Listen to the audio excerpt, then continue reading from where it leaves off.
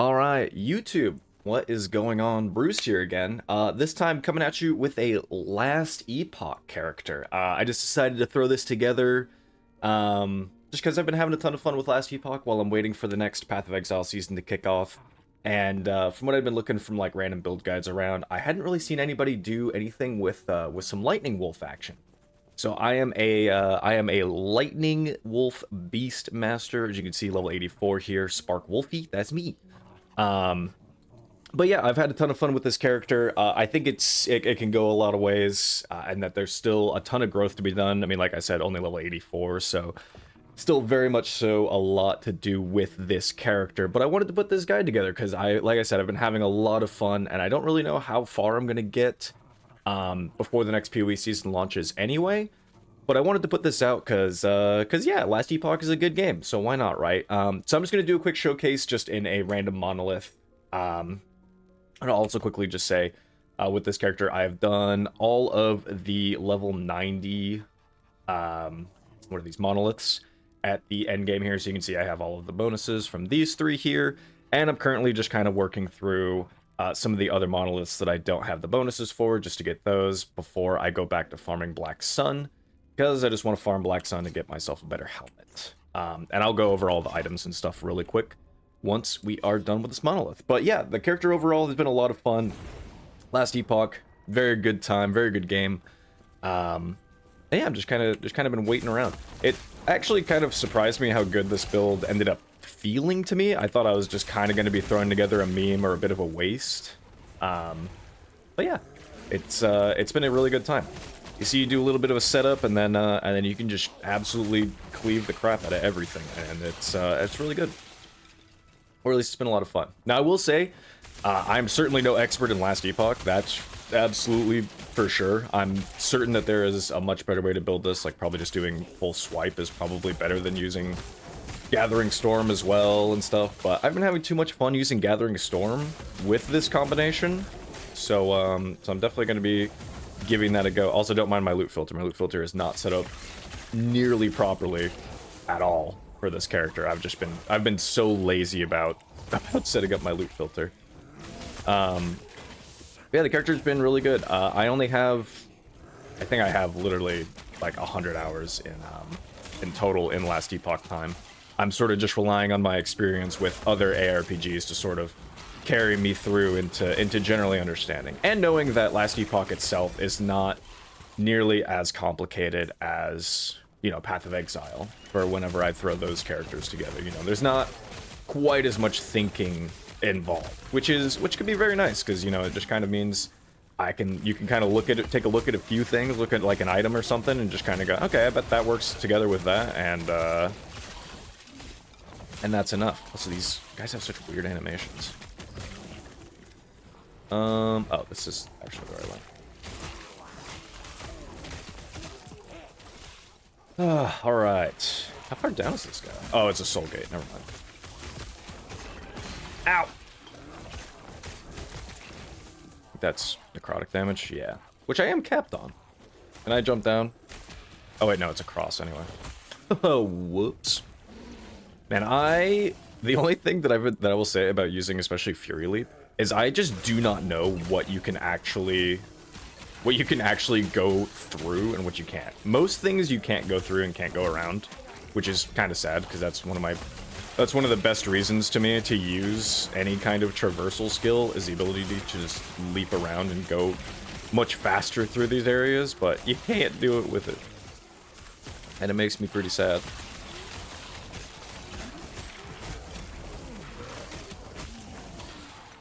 How many big guys here? Calm down. Calm down. Hey, you can see, like, overall, I would say, like, the actual, like, clear speed, again, I really haven't watched a ton of, like, you know, other builds even, like, similar to this, so I don't know. It's possible, you know, that the squirrel build or the cold version of this or something is even faster and is way stronger and looks even better. But, yeah, man, I really just wanted to try the lightning stuff out, because it seemed really cool, and it seemed like you could get pretty huge with it. But yeah, obviously I don't know what some of the like giga endgame looks like. So it's possible, you know, corruption, whatever, 300 or whatever it is, or the empowered monolith. So it's entirely possible that this character has a really tough time with that. But I feel like by the time that I'm getting to that stuff, you know, high 90s, you know, maybe even actually level 100, and with some gear improvements, that this character will definitely be able to take all that on. So as you can see, though, very smooth, at least to me. Like, that felt really, really good to just run. Actually, chance to shock, I'll take it. That felt, it's super easy to run. You literally just, you run around, you stack up your Gathering Storms, and then if you're coming across a big target, usually it's just throw down Frenzy Totem, have your Wolves Howl, hit him with a swipe, and then just go back to doing Gathering Storm and spam swipe again. Also, we leveled, so let's go ahead. Oh, right, I wanted to take that point out. Don't look at this point. Don't look at it. I see you looking at it. Stop it. But yeah, so this is the character. I'll quickly kind of go over the passives and the skills that we're using. So obviously, start with Primalist. We're taking as much strength and survival of the pack here as we can. Take some Hunter's Restoration, Hunter's Emanation. Remember this point, it's going away.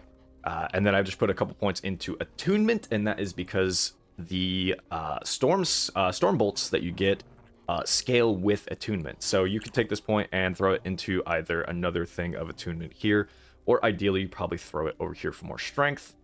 This tree wise, we're taking strength, we're taking aspect of the boar, we're getting aspect of the shark as well for the armor shred. We're taking aspect of the lynx, of course, for the crit multi that we get from it. We are stacking aspect of the shark up to 10 times. Oh, I will have, I hope it works, but I'll have the Last Epoch tools link to this character below, so you can take a look at the overall build. I sort of threw some gear in there that is both a mixture of what I'm currently using and ideally what I'm aiming for, but I'm not there yet. Regardless, that's just sort of the gear that's on that character, but at the very least, the tree is completely set up correctly on that character all the way up to level 100. So if you want to just skip to that, it's below. But otherwise, yeah, I feel like this is generically good for this build. You'll notice that this has plus 2 melee fizz stuff on here, which doesn't really increase the damage of Gathering Storm much. It does increase it because it is just a flat increase, so it does increase it, but it's not that much. But the main reason that we want this especially is because wolves actually never fully convert to lightning. They remain both physical and lightning, so having multiple ways to scale the wolves actually makes it a lot better. And if you're wondering the main reason why I wanted to do this build in general, it is for this hat right here. This hat gives our wolves, so 42% chance on hit with lightning skills to grant your wolves additional melee lightning damage equal to your melee lightning damage. So we have some added melee lightning damage on the hat. We want to try to get as many sources of added melee lightning damage as possible. So I'm using a weapon that currently does not have a lot, because this value can roll a lot higher. I think I can actually re-roll the value on that. What does this go to? It only goes to 80, so I guess it's not that much more. And this weapon is not ideal. And ideally you'd probably get an actual tier 7. This is tier 6, so you'd have a tier 7 added melee lightning damage here. I just have not either dropped one or bought one yet. So we're just using this for the time being. But this is sort of the whole thing I wanted to build this character around. And it has been a really, really good time with this. Also, the hat, I cut it with legendary potential.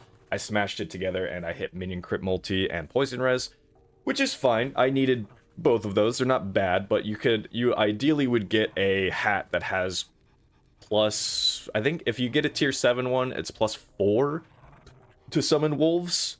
But tier 6 is +3, which is what I was trying to smash onto this hat. So ideally you get a Howl of the West Wind. It has legendary potential on it. You run, what is that dungeon? This one, Temporal Sanctum.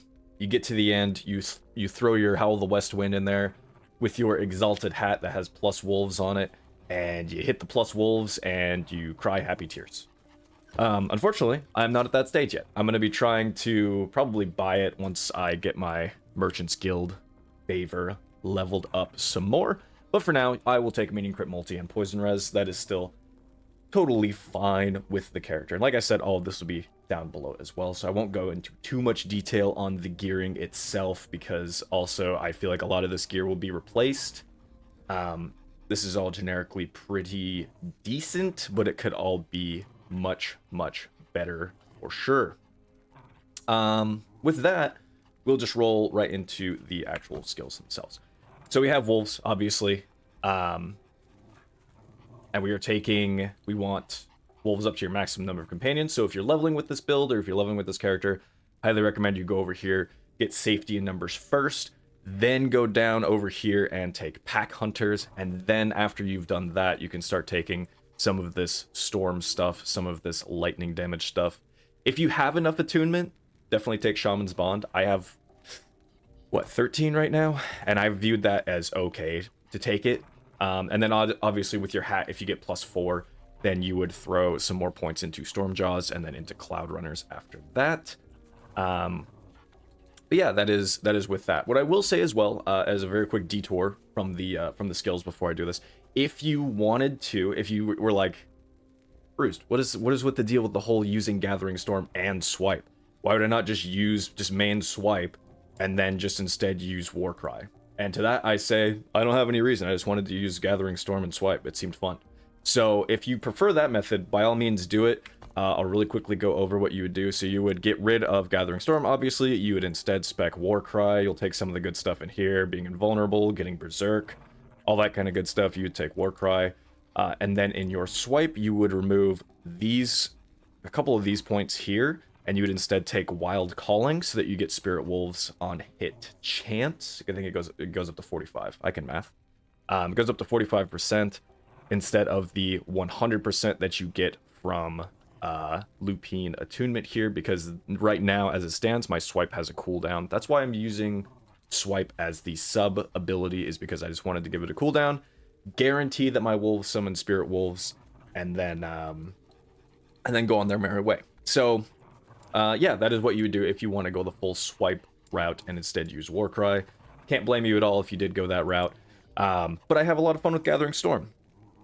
You swing around, you create you get your storm stacks, and then you zap the crap out of everything, and it's been a lot of fun. So you can just see, very quick, just look around. We're getting some mana there. We get some lightning pen here, some attack speed, some more storm stacks over here. This one right here is also the main reason I wanted to use Gathering Storm. Makes it so that when you have a ton of stacks via this node, your companions will then expend a bunch of stacks when you activate their ability. So if this activates and your wolves give you a ton of storm stacks, then you can just use your wolves and they will just burn all of your stacks essentially, and deal a crap load of damage to the enemy. Very good burst tool. And if you level using this, I think I actually went down here to Whirlwind Tactics first, but I'll sort of leave this up to your discretion. I think no, that was right. I went here, and then here, and then here. Then over here, and then this. So, a little bit all over the place, but that is up to you. And then Leap Fury, we got here. This is also just to make your Leap Fury Leap. All right, I can say things the correct way. This right here, just to both heals you, gives you, it's just 100 life, but you know that saves you. Cleanse all elements, and it also makes you can also be immune while leaping. Very big deal for some of the later bosses that have a ton of AoE and a bunch of stuff to just do. Also, I discovered, I think if you time it correctly with the Chronomancer and the Temporal Sanctum, you can leap as she's doing her big FU spell, and if you time it correctly, you'll be completely immune for it, and you could just stay in the same area. But that's if you want to be really weird with it. It's best to just swap time. But yeah, otherwise we just have kind of generic stuff. Reduce the cooldown, reduce the mana cost, and then this is, you create storm bolts while you're leaping, more storm bolt frequency, and deals more damage. And then let's see. Swipe over here, like I was saying, this is just to this gives it a cooldown, it makes it slow enemies, increases its damage, and then it also guarantees that you call Spirit Wolves. I don't know if you really saw them. They had a bunch of like little Spirit Wolfies coming out every time I was swiping. Swipe or no swiping. And that is from this. And then over here we are taking Aspect of the Panther. Aspect of the Panther good, more global damage. Also gives us global attack speed, which we like. And then we are converting everything to lightning damage. Actually, with swipe, I've converted literally everything to lightning damage. But again, do you have to? No. And then over here, if you wanted to, because if you wanted to, you could actually, you just reduce this point by 1. It will keep its physical tag. And then I think you can still dual scale it because it gains a lightning tag from Stormclaw. Yeah, so you could, if you wanted to, you could do this. You could remove this as well. So if you were going to remove 3 points, I'd probably say Claws of the Bear, Lupine Attunement, and 1 of these for Wild Calling, if you did the full swipe method. Unlike the weirdo that I am. And then Frenzy Totem. Frenzy Totem is insane. Gives you permanent Frenzy. While it's active, anyway. Permanent Frenzy, incredibly good. Make the buff more effective. Resets our Wolves Howl over here. And then also it gives your Wolves some more damage and increases our crit chance from our Wolves. Otherwise, some generic just health duration, minus mana cost, some global melee damage. All good things. But yeah, that is this character in a nutshell. I was just kind of very quickly going to go over it regardless. Like I said, I have everything down below. And I don't fully view myself as an expert in Last Epoch by any means. So there are, I'm sure, a ton of different ways you can go with this character to make it way better than what I'm doing. But I have been having a ton of fun. If you've been trying out Last Epoch, hope that you have fun. Hope if you try this build out, I hope it treats you well. I hope you have a good time with it. But yeah, otherwise that's all I got as far as Last Epoch goes. I will probably be doing some more stuff with starter builds for Path of Exile once the new season is launching there. But until then, I'm going to keep smashing through some Last Epoch.